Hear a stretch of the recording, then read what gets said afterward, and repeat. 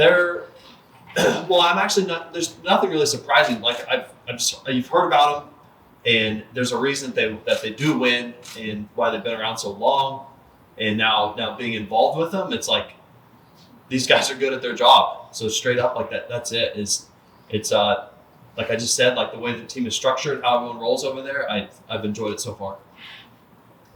Down in Australia, that track was really hard back, especially the whoops. Looked like you were having a little bit of traction issues. I mean, obviously that's a good time to have them and work through those issues. Did you guys learn a lot from that? Was that tire choice? Randy, were you installing the scoop for that? So I did run the scoop tire there, and I don't think it was actually the scoop causing. I think maybe there's a combination of things because there were like a wider space set of whoops. Like I think a standard whoop is like 12 or 13 feet. To me, they seem like they're like 14 feet or something. And for me, I honestly thought like my fork was soft and then it was causing like some spinning. So just a little bit different condition that I haven't really thrown myself into. And it's something we learned right away. It's like, well, we need to be better like in these bigger, heavier, low frequency whoops. So it's a good time to figure it out and try to improve that spot. And have you, conversely, obviously soft up in Canada, have you ridden it elsewhere where it's sticky, ruddy, kind of soft? More East Coast? I'm actually going to Florida next week, so we're on that right now. And it's some East Coast testing this coming week. Sure. Have you been, it seems like from the very beginning, from the team launch, which was probably sooner than usual, the comfort has been evident. Have you been surprised by that at all? And being able to race the bike a couple of times, do you feel like that same feeling has continued despite the difficulties in Australia? Everything's just been smooth from the start. Yeah, it's been smooth. But just as a platform and a base, it's been really easy to set up and just feel comfortable on. For like my body size, like being a little bit bigger dude, I feel like it fits me really well. Yeah. Yes. What have you done since Australia, like in reaction to the struggles you had? Have you done any specific testing, different track conditions, anything, just to think Just going after like a longer space whoop is what we've been trying to test. That's where I felt like it really got me, because if it's like a tight whoop, I've been absolutely crushing it. But then once they got into like I said, like a 14-foot whoop or something like that is where the struggle kind of popped up. So did you build a different set in Colorado, or did you go out in California and they built it differently? I mean, yeah, we're working on that, trying to do our best. Actually, the track I'm riding at in Arizona is more towards that style. We've been able to do some testing on it. Steel frame for you. I've talked to some guys that think the steel KTM frame is stiffer, more rigid than aluminum frame. You wouldn't think so, but the way they brace it. Do you find that? And then what did it feel like for you to get on different frame? For me, I haven't had like any rigidity issues. Okay. And the one thing I noticed more though is that the bike just felt kind of sucked down to the track. So kind of just so like a softer feel then? Yeah, like I haven't had it hasn't been like, well, it's like killing my hands or anything. I haven't had that issue, and I've had like new bikes everywhere. I've had, a practice bike, I had a WSX bike. I've had a test bike here in California, so I've been on a bunch of new stuff, and I can get on the new bike right away, and it's been fun. Yeah. And getting on an aluminum new bike, took a little time in the past, sometimes? I would say like 10 years ago it was a problem. Okay, yeah. Okay. It's been a long time. Right. I've never been in the past, I don't know, back to like 2016, I haven't really had any issues with having to break in a new bike or new subframe or anything. You've always been someone that's pushed pretty hard going into corners. On the other models, you push the front end a few times. Saying that the bike feels a little bit more planted, does it give you more confidence in your cornering and being able to hold it on that edge?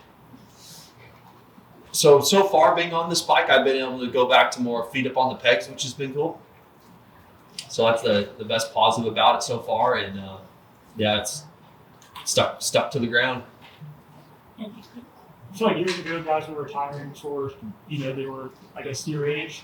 Now they're one of the oldest guys in the class. Did you ever envision your career going this way and like you having this longevity you've had? Because I know you've always said like you want to keep racing as long as you're competitive. So you obviously hardly cause any injuries. But did you ever see your career going, to the age that you are now? When you first started pro, I guess when did that ever change? I guess the long-term goals. Yeah, all of a sudden, like 33 snuck up on me. If I look back to my 250 days and ask myself what I make to 33, it'd probably be a no. But all of a sudden, I'm here. So, yeah, I don't. Maybe some of that is because I've had a little bit of time off in the summers from, unfortunate injuries. But yeah, for the most part, our whole wave and our whole group is still going at it. So it just, I think as things evolve, with all sports, learn how to manage the season better. You look at the past things of what people have done right and wrong, and I think that's why we're all going a little bit longer. You feel like that's something that you'll cherish with this group of guys? I don't know how close you guys are, but just you guys are always have that in common. That either you, Justin, not them, like you guys are racing Muller and Jason and Ken. It's just feels like you guys are always battling wherever you guys are racing at, and it's like said from younger days to now, it's just cool that you guys are always gonna have like that connection.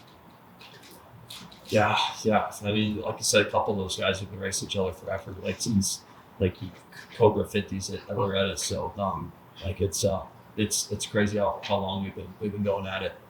Mike aside, where do you feel like you need to be better? Where's your weakness compared to Jet, Chase, and these guys? Consistency on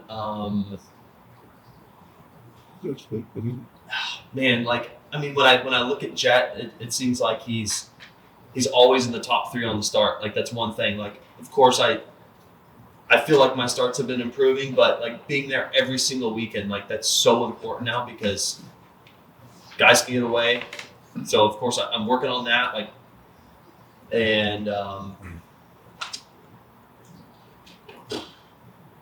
Yeah, man. You can't settle. Like you gotta just try to keep being better, just straight up. Whether that be down rhythm lanes, in the East Coast dirt, in the West Coast dirt. Like you just gotta be the jack of all trades.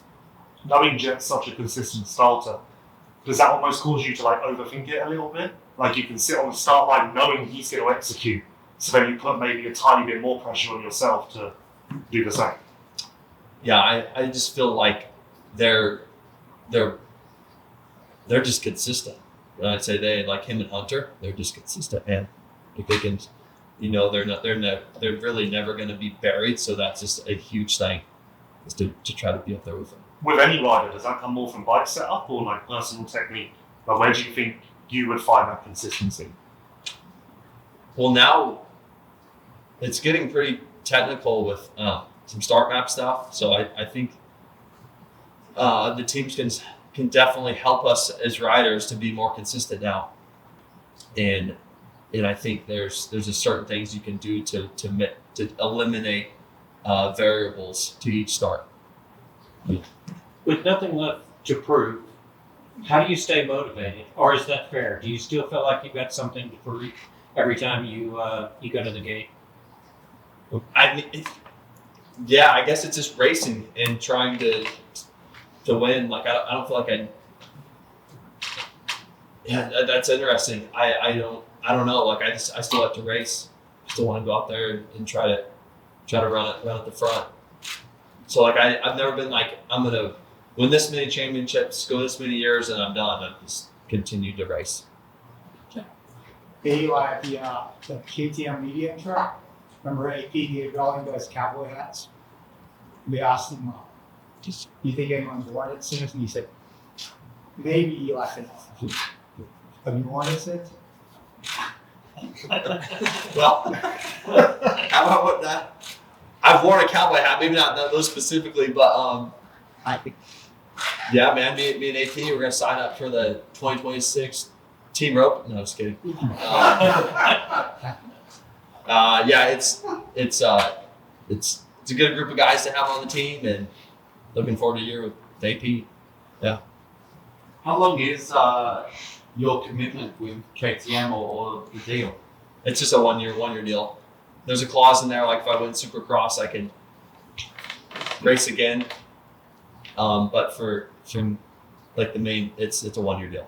And you are taking it year by year, but 2 years, 3 years is. Have you ever thought about that? Because obviously a few years back you were kind of contemplating when was the time to hang it up, but that doesn't seem to be in the conversation anymore. Yeah, I've not in the what. Like I felt like I left everyone kind of hanging. Like it's just now I'm just gonna be done when I'm done, and I don't know exactly what that is. Going back to the contract, was it your decision to do a 1 year deal, or was that more on the team side? Like, were you pushing for 2 years? I don't know how exactly that got into play, but like I was just happy to have the opportunity to go race. So and they were satisfied with a 1 year deal as well. So we were able to make it work with a year by year basis, and then it was like it's an auto renewal if I win, if I wanted to race again. Were you seeking other options with other teams, or was it something that just kind of came up, in negotiations at the end of the season? It's I mean, when you negotiate, it's just the way everything comes together. It's just a unique scenario. Like it's like musical chairs with how everything falls into place. And but I mean, were you looking for that change, or would you have stayed with Yamaha, given another deal with them? I'm happy with where I'm at right now. Yeah. On the clutch part, we know you love cable clutches. Was that a deal breaker, A, to going there? B, I see what they rigged it up. Does it feel exactly like a cable clutch? Because it's a little different than your traditional cable clutch. It wasn't a deal breaker, but it was a big request. Yeah, okay. It was a big request. And does it feel exactly the same as a cable clutch? Like, no, because it does still look like it has a slave cylinder. yeah, it's good. Okay. It's good. It feels like the real deal. Okay. It is the real deal. Yeah.